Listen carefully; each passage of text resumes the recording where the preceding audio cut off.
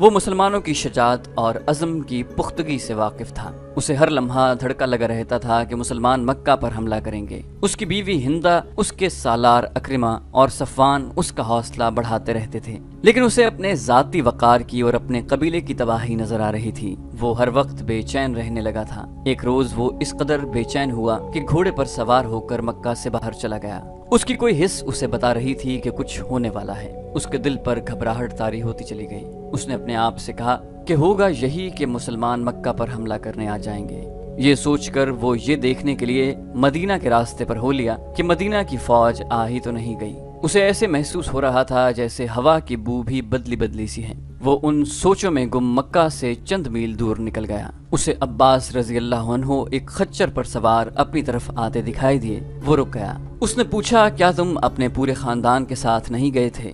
واپس کیوں آ گئے؟ حضرت عباس رضی اللہ عنہ نے کہا، میرے خاندان کی مت پوچھو ابو سفیان۔ مسلمانوں کے 10,000 پیادوں، گھڑ سواروں اور شتر سواروں کا لشکر مکہ کے اتنا قریب پہنچ چکا ہے جہاں سے چھوڑے ہوئے تیر مکہ کے دروازوں میں لگ سکتے ہیں۔ کیا تو مکہ کو اس لشکر سے بچا سکتا ہے؟ کسی کو مدد کے لیے بلا سکتا ہے؟ صلح کا معاہدہ تیرے سالاروں نے توڑا ہے۔ محمد صلی اللہ علیہ وآلہ وسلم، جسے میں اللہ کا رسول مان چکا ہوں، سب سے پہلے تجھے قتل کرے گا۔ اگر تو میرے ساتھ رسول اللہ صلی اللہ علیہ وسلم کے پاس چلا جائے تو میں تیری جان بچا سکتا ہوں۔ خدا کی قسم میں جانتا تھا مجھ پر یہ وقت آئے گا۔ ابو سفیان نے کہا، چلو میں تمہارے ساتھ چلتا ہوں۔ شام کے وقت عباس رضی اللہ عنہ ابو سفیان کو ساتھ لیے مسلمانوں کے پڑاؤ میں داخل ہوئے۔ حضرت عمر رضی اللہ عنہ کیمپ کے پہرے داروں کو دیکھتے پھر رہے تھے۔ انہوں نے ابو سفیان کو دیکھا تو آگ بگولا ہو گئے۔ کہنے لگے، اللہ کے دین کا یہ دشمن ہمارے پڑاؤ میں رسول اللہ صلی اللہ علیہ وسلم کی اجازت کے بغیر آیا ہے۔ حضرت عمر رضی اللہ عنہ رسول اللہ صلی اللہ علیہ وسلم کے خیمے کی طرف دوڑ پڑے۔ وہ ابو سفیان کے قتل کی اجازت لینے گئے تھے، لیکن حضرت عباس رضی اللہ عنہ بھی پہنچ گئے۔ رسول اکرم صلی اللہ علیہ وآلہ وسلم نے انہیں صبح آنے کو کہا۔ حضرت عباس رضی اللہ عنہ نے ابو سفیان کو رات اپنے پاس رکھا۔ صبح رسول کریم صلی اللہ علیہ وآلہ وسلم نے ابو سفیان سے پوچھا، کیا تم جانتے ہو کہ اللہ وحدہ لا شریک ہے اور وہی معبود ہے اور وہی ہم سب کا مددگار ہے؟ میں نے یہ ضرور مان لیا ہے کہ جن بتوں کی عبادت میں کرتا رہا ہوں وہ بتوں کے سوا کچھ بھی نہیں۔ ابو سفیان نے کہا، وہ میری کوئی مدد نہیں کر سکتے، پھر یہ کیوں نہیں مان لیتا کہ میں اللہ کا رسول ہوں جو معبود ہے؟ رسول کریم صلی اللہ علیہ وآلہ وسلم نے پوچھا، میں شاید یہ نہ مانوں کہ تم اللہ کے رسول ہو۔ ابو سفیان ہاری ہوئی سی آواز میں بولا۔ ابو سفیان عباس رضی اللہ عنہ نے قہر بھری آواز میں کہا، کیا تو میری تلوار سے اپنا سر تن سے جدا کرنا چاہتا ہے؟ حضرت عباس رضی اللہ عنہ نے رسول کریم صلی اللہ علیہ وآلہ وسلم سے کہا، یا رسول اللہ، ابو سفیان ایک قبیلے کا سردار ہے، باوقار اور خوددار بھی ہے، یہ ملتجی ہو کے آیا ہے۔ ابو سفیان پر کچھ ایسا اثر ہوا کہ اس نے بے اختیار کہا، محمد اللہ کے رسول ہیں۔ میں نے تسلیم کر لیا، میں نے مان لیا۔ رسول کریم صلی اللہ علیہ وآلہ وسلم نے کہا، جاؤ مکہ میں اعلان کر دو کہ مکہ کے وہ لوگ مسلمانوں کی تلواروں سے محفوظ رہیں گے جو ابو سفیان کے گھر میں داخل ہو جائیں گے، اور وہ لوگ محفوظ رہیں گے جو مسجد میں داخل ہو جائیں گے، اور وہ لوگ محفوظ رہیں گے جو اپنے دروازے بند کر کے اپنے گھروں میں رہیں گے۔ ابو سفیان رضی اللہ عنہ اسی وقت مکہ کو روانہ ہو گئے، اور رسول اکرم صلی اللہ علیہ وسلم نے صحابہ کرام کے ساتھ اس مسئلے پر تبادلہ خیال شروع کر دیا کہ مکہ میں اکرمہ اور صفوان جیسے ماہر اور دلیر سالار موجود ہیں، وہ مقابلہ کیے بغیر مکہ پر قبضہ نہیں ہونے دیں گے۔ اونٹ بہت تیز دوڑا چلا آ رہا تھا۔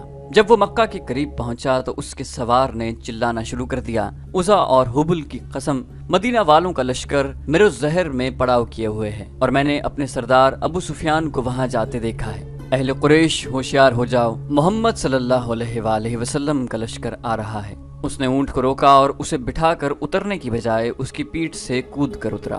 اس کی پکار جس نے سنی وہ دوڑا آیا۔ وہ گھبراہٹ کے عالم میں یہی کہے جا رہا تھا کہ مدینہ کا لشکر آن پہنچا ہے، اور ابو سفیان کو اس لشکر کے پڑاؤ کی طرف جاتے دیکھا ہے۔ مکہ کے لوگ اس کے ارد گرد اکٹھے ہوتے چلے گئے۔ ابو حسنہ، ایک معمر آدمی نے اس سے پوچھا، تیرا دماغ صحیح نہیں یا تو جھوٹ بول رہا ہے؟ میری بات کو جھوٹ سمجھو گے تو اپنے انجام کو بہت جلد پہنچ جاؤ گے۔ شتر سوار ابو حسنہ نے کہا، کسی سے پوچھو ہمارا سردار ادھر کیوں گیا ہے۔ اس نے پھر چلانا شروع کر دیا، اے قبیلہ قریش، مسلمان اچھی نیت سے نہیں آئے۔ ابو حسنہ کا واویلا مکہ کی گلیوں سے ہوتا ہوا ابو سفیان رضی اللہ عنہ کی بیوی ہندا کے کانوں تک پہنچا۔ وہ آگ بگولا ہو کر باہر آئی اور اس ہجوم کو چیرنے لگی جس نے ابو حسنہ کو گھیر رکھا تھا۔ اس نے ابو حسنہ کا گریبان پکڑ کر کہا، ابو حسنہ، میری تلوار محمد صلی اللہ علیہ وسلم کے خون کی پیاسی ہے، تو میری تلوار سے اپنی گردن کٹوانے کیوں آ گیا ہے؟ کیا تو نہیں جانتا کہ جس پر تو جھوٹا الزام تھوپ رہا ہے وہ میرا شوہر اور قبیلے کا سردار ہے؟ ابو حسنہ نے کہا، اپنی تلوار گھر سے لے آؤ خاتون، لیکن تیرا شوہر آ جائے تو اس سے پوچھنا کہ وہ کہاں سے آیا ہے۔ ہند نے پوچھا، اور تو کہتا ہے کہ محمد صلی اللہ علیہ وسلم لشکر لے کر آئے ہیں۔ ابو حسنہ نے کہا، خدا کی قسم میں وہ کہتا ہوں جو میں نے دیکھا ہے، اگر تو سچ کہتا ہے تو مسلمانوں کو موت ادھر لے آئی ہے۔ ہند نے کہا، ابو سفیان رضی اللہ عنہ واپس آ رہے تھے، اہل مکہ ایک میدان میں جمع ہو چکے تھے۔ رسول کریم صلی اللہ علیہ وآلہ وسلم کی پیش قدمی اب راز نہیں رہ گئی تھی، لیکن اب کوئی فرق نہیں پڑتا تھا۔ اہل قریش اب کسی کو مدد کے لیے نہیں بلا سکتے تھے۔ ابو سفیان رضی اللہ عنہ آ رہے تھے، لوگوں پر خاموشی طاری ہو گئی۔ ابو سفیان رضی اللہ عنہ کی بیوی ہند لوگوں کو دائیں بائیں دھکیلتی آگے چلی گئی۔ اس کے چہرے پر غضب اور قہر تھا اور اس کی آنکھوں سے جیسے شعلے نکل رہے تھے۔ ابو سفیان رضی اللہ عنہ نے لوگوں کے سامنے آ کر گھوڑا روکا، انہوں نے اپنی بیوی کی طرف توجہ نہ دی۔ اہل قریش ابو سفیان رضی اللہ عنہ نے بلند آواز سے کہا، پہلے میری بات ٹھنڈے دل سے سن لینا، پھر کوئی اور بات کہنا۔ میں تمہارا سردار ہوں، مجھے تمہارا وقار عزیز ہے۔ محمد صلی اللہ علیہ وآلہ وسلم اتنا زیادہ لاؤ لشکر لے کر آئے ہیں جس کے مقابلے میں تم قتل ہونے کے سوا کچھ نہیں کر سکتے۔ اپنی عورتوں کو بچاؤ، اپنے بچوں کو بچاؤ، قبول کر لو اس حقیقت کو جو تمہارے سر پر آ گئی ہے۔ تمہارے لیے بھاگ جانے کا بھی کوئی راستہ نہیں رہا۔ ہمیں یہ بتا ہمارے سردار، ہم کیا کریں؟ لوگوں میں سے کسی کی آواز آئی۔ ابو سفیان رضی اللہ عنہ نے کہا، محمد صلی اللہ علیہ وآلہ وسلم کی اطاعت قبول کرنے کے سوا اور کوئی راستہ نہیں۔ خدا کی قسم، مسلمان ہمیں پھر بھی نہیں بخشیں گے۔ ایک اور آواز اٹھی، وہ اپنے مقتولوں کا بدلہ لیں گے، وہ سب سے پہلے تمہیں قتل کریں گے۔ احد میں تمہاری بیوی نے ان کی لاشوں کو چیر پھاڑا تھا۔ ہند الگ کھڑی پھنکار رہی تھی، میں تم سب کی سلامتی کی ضمانت لے آیا ہوں۔ ابو سفیان رضی اللہ عنہ نے کہا، میں محمد صلی اللہ علیہ وآلہ وسلم سے مل کر آیا ہوں۔ انہوں نے کہا ہے کہ تم میں سے جو میرے گھر آ جائیں گے وہ مسلمانوں کے جبر و تشدد سے محفوظ رہیں گے۔ کیا مکہ کے سب لوگ تمہارے گھر میں سما سکتے ہیں؟ کسی نے پوچھا، نہیں۔ ابو سفیان رضی اللہ عنہ نے کہا، محمد صلی اللہ علیہ وآلہ وسلم نے کہا ہے کہ جو لوگ اپنے گھروں سے باہر نہیں نکلیں گے اور ان کے دروازے بند رہیں گے ان پر بھی مسلمان ہاتھ نہیں اٹھائیں گے، اور جو لوگ خانہ خدا کے اندر چلے جائیں گے ان کو بھی مسلمان اپنا دوست سمجھیں گے۔ وہ دشمن صرف اسے جانیں گے جو ہتھیار لے کر باہر آئے گا۔ ابو سفیان رضی اللہ عنہ گھوڑے سے اتر آئے اور بولے، تمہاری سلامتی اسی میں ہے، تمہاری عزت اسی میں ہے کہ تم دوستوں اور بھائیوں کی طرح ان کا استقبال کرو۔ قریش کے مشہور سالار اکرمہ نے للکار کر کہا، ابو سفیان، ہم اپنے قبیلے کے قاتلوں کا استقبال تلواروں اور برچھیوں سے کریں گے، ہمارے تیر ان کا استقبال مکہ سے دور کریں گے۔ قریش کے دوسرے دلیر اور تجربہ کار سالار صفوان نے کہا، ہمیں اپنے دیوتاؤں کی قسم، ہم دروازے بند کر کے اپنے گھروں میں بند نہیں رہیں گے۔ ابو سفیان رضی اللہ عنہ نے کہا، حالات کو دیکھو اکرمہ، ہوش کی بات کرو صفوان، وہ ہم میں سے ہیں۔ آج خالد رضی اللہ عنہ محمد صلی اللہ علیہ وسلم کے ساتھ جا ملے ہیں، تو مت بھولو کہ اس کی بہن تمہاری بیوی ہے۔ کیا تو اپنی بیوی کے بھائی کو قتل کرے گا؟ کیا تجھے یاد نہیں رہا کہ میری بیٹی ام حبیبہ رضی اللہ عنہا محمد صلی اللہ علیہ وآلہ وسلم کی بیوی ہے؟ کیا تو یقین نہیں کرے گا کہ میں اپنے قبیلے کی عزت اور ناموس کی خاطر مدینہ گیا تو میری اپنی بیٹی نے میری بات سننے سے انکار کر دیا تھا؟ میں محمد صلی اللہ علیہ وآلہ وسلم کے گھر میں چارپائی پر بیٹھنے لگا تو ام حبیبہ نے میرے نیچے سے چارپائی پر بچھی ہوئی چادر کھینچ لی تھی کہ اس مقدس چادر پر رسول اللہ صلی اللہ علیہ وسلم کا دشمن نہیں بیٹھ سکتا، باپ اپنی بیٹی کا دشمن نہیں ہو سکتا۔ صفوان، مکہ کے لوگوں میں اکرمہ اور صفوان اور 2-3 اور آدمیوں کے سوا اور کسی کی آواز نہ سنائی دی۔ مورخوں نے لکھا ہے کہ قبیلہ قریش کی خاموشی ظاہر کرتی تھی کہ ان لوگوں نے ابو سفیان رضی اللہ عنہ کا مشورہ قبول کر لیا ہے۔ ابو سفیان رضی اللہ عنہ کے چہرے پر اطمینان کا تاثر آ گیا، مگر ان کی بیوی ہند جو الگ کھڑی پھنکار رہی تھی تیزی سے ابو سفیان کی طرف بڑھی اور ان کی مونچھیں جو خاصی بڑی تھیں اپنے دونوں ہاتھوں میں پکڑ لیں۔ میں سب سے پہلے تجھے قتل کروں گی۔ ہند نے ابو سفیان کی مونچھیں زور سے کھینچتے ہوئے کہا، بزدل بوڑھے، تو نے قبیلے کی عزت خاک میں ملا دی ہے۔ اس نے ابو سفیان رضی اللہ عنہ کی مونچھیں چھوڑ کر اس کے منہ پر بڑی زور سے تھپڑ مارا اور لوگوں سے مخاطب ہو کر بولی، تم لوگ اس بوڑھے کو قتل کیوں نہیں کر دیتے جو تمہیں مسلمانوں کے ہاتھوں ذلیل و خوار کرانے کی باتیں کر رہا ہے۔ مورخ مغازی اور ابن سعد لکھتے ہیں کہ ہند نے اپنے خامد کے ساتھ اتنا توہین آمیز سلوک کیا تو لوگوں پر سناٹا طاری ہو گیا، ابو سفیان رضی اللہ عنہ جیسے بت بن گئے ہوں۔ اکرمہ اور صفوان ان کے درمیان آ گئے۔ صفوان نے کہا، ہم لڑیں گے ہند، اسے جانے دے۔ اس پر محمد صلی اللہ علیہ وسلم کا جادو چل گیا ہے۔ ابو سفیان رضی اللہ عنہ خاموش رہے۔ شام تک اہل قریش دو حصوں میں بٹ چکے تھے۔ زیادہ تر لوگ لڑنے کے حق میں نہیں تھے، باقی سب اکرمہ اور صفوان اور ہند کا ساتھ دے رہے تھے۔ شام کے بعد صفوان اپنے گھر گیا۔ اس کی بیوی جس کا نام فاطمہ تھا، خالد رضی اللہ عنہ بن ولید کی بہن تھی۔ وہ بھی ابو سفیان رضی اللہ عنہ کی باتیں سن چکی تھی۔ کیا میں نے ٹھیک سنا ہے کہ تم اپنے قبیلے کے سردار کی نافرمانی کر رہے ہو؟ فاطمہ نے صفوان سے پوچھا۔ اگر فرما برداری کرتا تو پورے قبیلے کا وقار تباہ ہو جاتا۔ قبیلے کا سردار بزدل ہو جائے تو قبیلے والوں کو بزدل نہیں ہونا چاہیے۔ سردار اپنے قبیلے کے دشمن کو دوست بنا لے تو وہ قبیلے کا دوست نہیں ہو سکتا۔ کیا تم مسلمانوں کا مقابلہ کرو گے؟ فاطمہ نے پوچھا۔ تو کیا تم یہ پسند کرو گی کہ تمہارا شوہر اپنے گھر کے دروازے بند کر کے اپنی بیوی کے پاس بیٹھ جائے اور دشمن اس کے دروازے کے سامنے دندناتا پھرے؟ کیا میرے بازو ٹوٹ گئے ہیں؟ کیا میری تلوار ٹوٹ گئی ہے؟ کیا تم اس لاش کو پسند نہیں کرو گی جو تمہاری گھر میں لائی جائے گی اور سارا قبیلہ کہے گا کہ یہ ہے تمہارے خاوند کی لاش جو بڑی بہادری سے لڑتا ہوا مارا گیا ہے؟ یا تم اس شوہر کو پسند کرو گی جو تمہارے پاس بیٹھا رہے گا اور لوگ تمہیں کہیں گے کہ یہ ہے ایک بزدل اور بے وقار آدمی کی بیوی جس نے اپنی بستی اور عبادت گاہ اپنے دشمن کے حوالے کر دی؟ تم مجھے کس حال میں دیکھنا پسند کرو گی؟ فاطمہ نے کہا، میں نے تم پر ہمیشہ فخر کیا ہے صفوان۔ عورتیں مجھے کہتی ہیں کہ تمہارا خاوند قبیلے کی آنکھ کا تارا ہے، لیکن اب حالات کچھ اور ہیں۔ تمہارا ساتھ دینے والے بہت تھوڑے ہیں، بہت تھوڑے ہیں۔ سنا ہے مدینے والوں کی تعداد بہت زیادہ ہے اور اب میرا بھائی خالد بھی ان کے ساتھ ہے۔ تم جانتے ہو وہ لڑنے مرنے والا آدمی ہے۔ کیا تم مجھے اپنے بھائی سے ڈرا رہی ہو فاطمہ؟